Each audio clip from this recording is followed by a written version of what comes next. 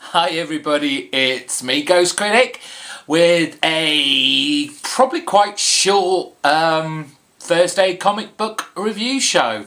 Because I have 5 comics to talk about this week, and one of them really I have not a great deal to say about. Before I get into them, just another quick reminder, you have 7 more days to get your nominations in for the best of 2012. If you don't know what I'm talking about, where have you been? Hopefully at the end of this video, in about the last 10 seconds of it, there will be in the bottom right hand corner a little link to the video I'm talking about. It is of course our YouTube comic book community kind of nominations for the best of 2012 and how to participate in it. So if you don't know about it, click on the link and get your votes in. 7 more days. On to the comics.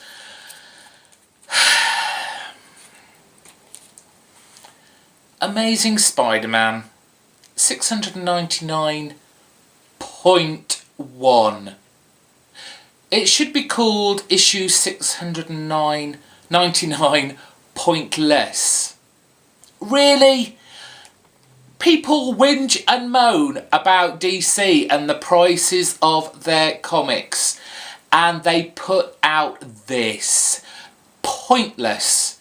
Has nothing to do with the current final story arc. This is basically a 21-page ad for Marvel's new Morbius the Living Vampire comic. This should have been the first issue. I'm not saying the story was in a particular way badly told. It looked nice. Valentin Delandro's artwork is very kind of stylish and kind of reminds me in parts of Chris Samney. So that had its bonus with the artwork, but the story is basically getting everybody on board that yes, hello, we're putting out a Morbius the Living Vampire ongoing series.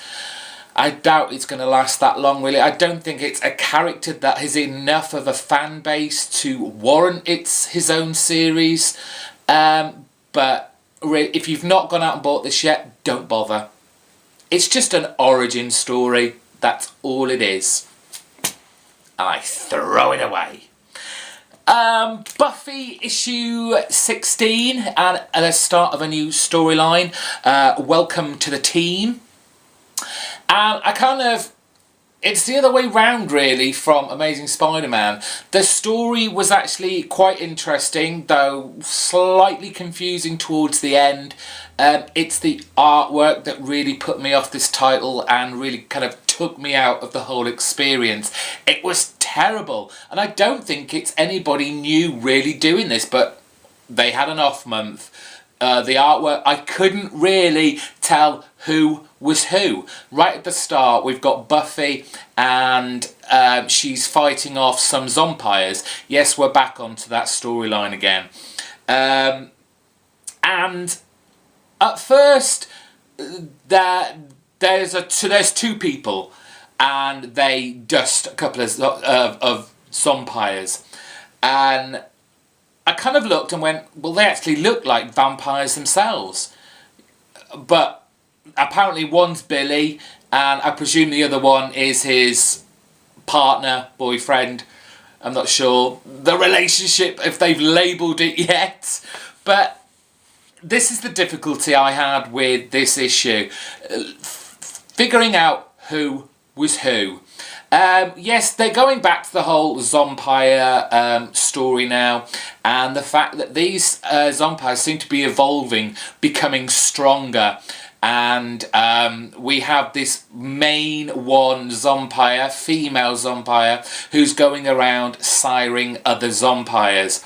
And it seems that Buffy thinks she knows this person before they were a zompire. I don't know who it is, maybe, again, it's because of the artwork. And then that leads me to the very end, because as they're in this big battle where she's there with the detective trying to put down a nest of zompires, she is teleported somewhere else. And we have this woman, this girl, this female. And I'm like, who the hell are you? Am I just not paying attention and I should know who this is? Is it like Dark Willow, the kind of what we saw from the future? Is it Frey? Is it... It looked a little bit like, not Angel, Faith. But I don't know. But apparently this woman can use magic because she's the whole teleporter out begubbins. So yeah, great storyline, interesting, but the artwork just pulled me right out of it. Buffy for a while has been hit and miss with me, and I've kind of been on the kind of fence about whether to drop it or not. I'm kind of holding on to it through kind of loyalty to just one of the most amazing, one of my most favourite TV series of all time. Yes, really, I loved Buffy the Vampire Slayer. So, yeah, Buffy the Vampire issue 16. It does seem like every week I am talking about this comic. We've had the .1 issue. I think it's bi-weekly anyway. It is Ultimate X-Men, and this is issue 20. And I am kind of feeling a little fatigued having to review this every week because it's very slow moving. It's not that it's badly written by Brian Wood. He's putting a lot of effort into building up, along with the mutants themselves, their new kind of plot of land, utopia. We've got Jimmy coming back from scouting, you know, their borders and what they actually have in this land, and he doesn't come back with great news. The deal she cut with our president, Captain America, is even worse than was first kind of realised, and this information, when it gets out, isn't going to make Kitty Pryde any more popular than she really already isn't. There's a kind of slipped in this storyline. Yes, they're all trying to make the land more fertile. Storm Aurora isn't doing a good job because she's got nothing to work with. There's no moisture in the atmosphere. But we have Blackheath, and he has discovered this kind of basically a mutant seed that can adapt to any environment and flourish and become, you know, vegetation that can be used, and it will never die because it will adapt to whatever surroundings it is in. And this is where suddenly Iron Man, Tony Stark, swoops in, who suddenly is now their business liaison and military tactician for Utopia. And he comes in with some good ideas. Yes, you can go out and you can sell this. You could make a heap of money because, you know, you could feed the world with this seed. But Kitty wants to give it away for free. But Iron Man, Tony Stark, kind of tells her, well, if that happens, if we go public with this, you know, two things are going to happen. And one of them was, you're going to have a fight on your hands, as if they haven't already been through enough. But there's an Iron Man suit on hand to help, so maybe there is a bit of action to come. This closes quite sinisterly with a kind of in the middle of the night visit from that gun. Like I said, Brian Wood's writing a really good story, and maybe it is just because it feels like it's coming out every week and nothing major is happening. So it's still a good read. I've liked it pretty much since Brian Wood came on. Go check it out. Nearing the pick of the week. This didn't make it. This is actually on, as those of you have already seen and heard, this is actually on my cull list. I won't be picking this up very soon once I've got past my pre-order nonsense. It's Batman and Robin, and it's issue 15. And finally it gets its die-cut cover. They love the die-cut covers. There's Robin underneath here, so at least it's not cheating like Detective was last week. To be fair, this was a pretty good title and storyline here. What we have is Joker versus Robin, Damien, and it is all kinds of crazy. I'm trying very, very hard not to swear, but there are some weird, nightmarishly freaky panels here, not least what Joker does with that face mask of his. I don't want to see that page again. No. Saying that, although it is very creepy looking, unfortunately the artwork by it's Gleason, isn't it? If this had been Greg Capullo, or if this had been Jock, that scene or even everything in it would have been outstanding. Gleason's got too much of a kind of clean, brightly coloured art style to make this truly horrific, but you get the idea and your imagination does everything else for you. So yeah, we've got creepy crawly bugs, spiders, beetles, bugs of every description, and it's the swarming, the coming out of eyes and choking and oh well, anyway, this really kind of pushes forward the idea that Joker wants to be the centre of Batman's life, and he doesn't feel like he's getting the full attention he deserves. And this is the whole Joker wanting to get rid of and kill all Batman's family. And here we are. He tries to start with Robin. And despite all Damien's bravado, his kind of skill in fighting, he is truly outmatched, outclassed by the Joker, and to the point where right at the very end, the kind of finale cliffhanger is emerging from that huge mound of all the horrible creepy crawlies comes a kind of Jokerized Batman. Is it the real Batman? Is it just someone in a bat outfit? But it's daddy against son by the looks of it in the next issue. Who knows if it'll be on my pull list next month to read and find out. So pick of the week, and most deservedly so, I think we all know what it is. It's Batman. It's issue 15. It's amazing. Oh, Scott Snyder, you deserve heaps and heaps of praise for your work on this title. The first page, this is truly frightening and will give you nightmares. It's the whole, just look into the Joker's eyes and just tell me that somewhere behind those eyes there is like a slither of humanity, that there is a man in there and not this crazed, unpredictable, manic, criminal psychopath. And you just can't see any shred of decency there.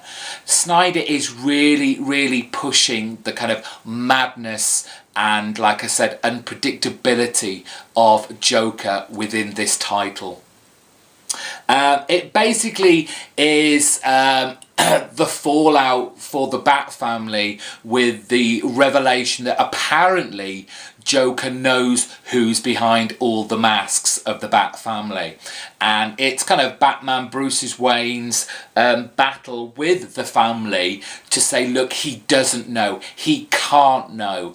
And the secret that he's been holding back comes out, and this goes back again. Snyder picks out another of those wonderful golden age stories and brings them into our new 52 DC universe. And this is the fight with Joker on the top of a blimp, where he was trying to Joker gas the whole of Gotham, and where obviously Batman wins. Joker is thrown into Gotham Bay, presumably drowned, and there's the whole kind of worry that Joker somehow actually made it into the Batcave all the way back then. Yes, and this is how the Bat family think, yes, he knows who we are. Now, there's the kind of toss-up there. If he's known who you all are for that long, why has he waited till now to do anything about it? And this kind of ties in with the whole kind of Batman continuity, what has happened, what hasn't happened in our new 52 universe. Because, you know, if you've got that information for a long, long time, like I said, why are you waiting till now? But I'm willing to suspend my disbelief just for the pure love of this story and this Bat universe that Snyder is creating. It again ends on a very ominous note, beautifully panelled by Greg Capullo, with Batman going to the source of the madness, and of course it's Arkham Asylum. And it's just those three long panels going down the page of Batman walking up the steps to Arkham, going back and recapping on the first page of about the humanity of the Joker, and is this guy just really a man who was thrown into a vat of chemicals? He opens the door, the light goes on down below, and there's a light comes on up above. Chilling. I love this book. Greg Capullo's art is fine as always. I do get the feeling, and I don't know if anyone gets this as well, but the age of Bruce, I know it's been a bugbear for a lot of us, but he doesn't look that old. In fact, Nightwing, Dick Grayson, looks no much younger than Bruce does. So I kind of about that. The backup story introduces Joker into the fray, and is again Joker and the Riddler inside Arkham Asylum. Again, kind of Joker getting Riddler to help out in this kind of huge big finale, with again all sorts of craziness that in this Joker celebration, right, what will be obviously the climax to this storyline. It's a storyline that, while I want to just go on forever because it's so good, at the same time I want the climax. I want to see how this ends. Fan-bloody-tastic. And if you're not picking this up, you are crazy. And that's it for the week. Thank you all for watching.